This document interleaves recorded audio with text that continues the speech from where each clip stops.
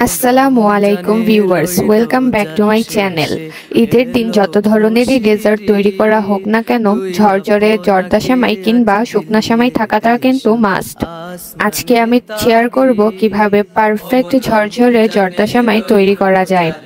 এই রেসিপি অনুসারে তৈরি করলে কিন্তু যে কেউই পারফেক্ট ঝরঝরে জর্দা সেমাই তৈরি করতে পারবে। চলুন তাহলে রেসিপিটা শুরু করা যাক। এজন্য আমি 1 প্যাকেট চিকন সেমাই নিচ্ছি। সেমাইগুলোকে আমি এভাবে ভেঙে নেব, খুব বেশি গুঁড়ো গুঁড়ো করতে যাবেন না।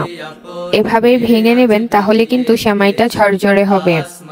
এরপর চুলায় একটি হাঁড়িতে আমি নিয়ে নিব প্রায় হাফ কাপের চেয়ে একটু বেশি পরিমাণে চিনি, দিয়ে দিব 1 কাপ পানি এবং 1 চিমটি লবণ।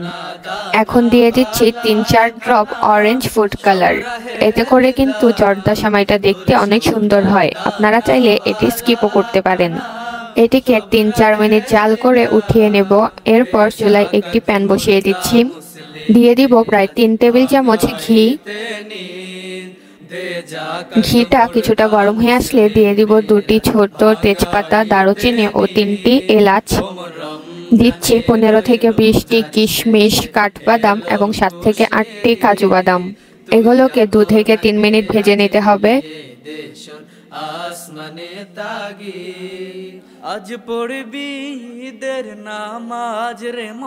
তারপর সেমাইগুলো এতে দিয়ে দিতে হবে। এখন সেমাইগুলোকেও ঘিতে ভেজে নিতে হবে।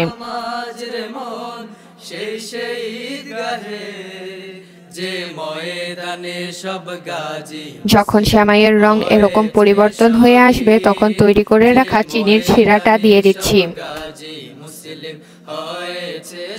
খুব ভালো করে নেড়েচেড়ে মিশিয়ে নেব। এই শিরাতেই কিন্তু আমার সেমাইটা খুব ভালো করে সেদ্ধ হয়ে যাবে, তাই আমি আর কোনো এক্সট্রা পানি ব্যবহার করব না। এইটিকে নেড়েচেড়ে প্রায় 10 মিনিট রান্না করে নেব। আজ ভুলে যা তোর দোস্ত দুশ্মন, হাত মিলাও হাতে। এরপর কিছু খেজুর এভাবে ছোট ছোট করে টুকরো করে দিয়ে দিচ্ছি। এতে করে কিন্তু খুব ভালো একটা ফ্লেভার আসে। আপনারা চাইলে এটিও স্কিপ করতে পারেন।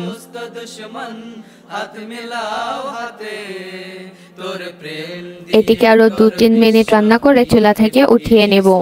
দেখতেই পাচ্ছেন আমার জর্দা সেমাইটা কিন্তু খুবই ঝরঝরে হয়েছে।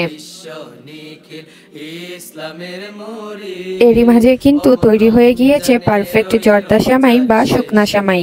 আশা করি আমার এই ভিডিওটি আপনাদের ভালো লেগেছে। ভালো লেগে থাকলে আমার চ্যানেলটিকে এখনই সাবস্ক্রাইব করুন।